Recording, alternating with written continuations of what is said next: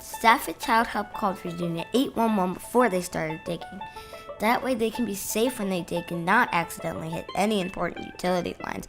Plus, it's the law. First thing we did was call Virginia 811 so we could get the utility lines marked. The only thing over there that was company owned was the electric lines. So we hand dug and exposed the electric line, and then we had a private telephone line and a private sewer line that we had to hand dig and expose. After they did that, they got a big machine called a trencher and started digging a ditch that was about 2 feet deep. Wow, that looks like a giant chainsaw slicing the ground like butter. They had to cut a pipe that was in the way of the path of the electric line. Don't worry, they fixed it. They dug the ditch all the way to where the 2 poles were going, and REC would come the next day to finish. They had already dug the trenches and exposed everything for us. It made it pretty easy on us.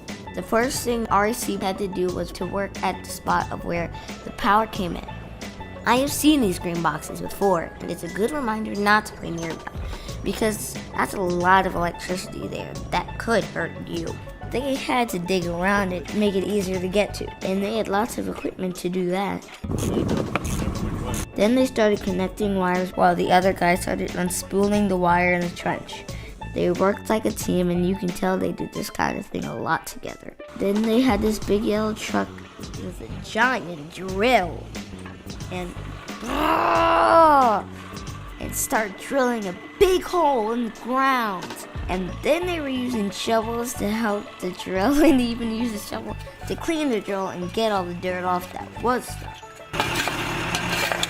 Once they were done making the hole, they used the same big yellow truck to move the pole in place. Come on out a little bit. The foreman had a string with a weight on it that he held up to see if the pole was straight or crooked. He directed the other guys which way to adjust the pole. Once they got the pole where it needed to be, they started filling in the hole. Some guys used shovels, and one guy had a thing called a tamper that made a loud sound back to the dirt around the pole. When they were all done, they moved the really big truck out of the way and brought over a bucket truck. The lineman got in and went all the way up to the top of the pole.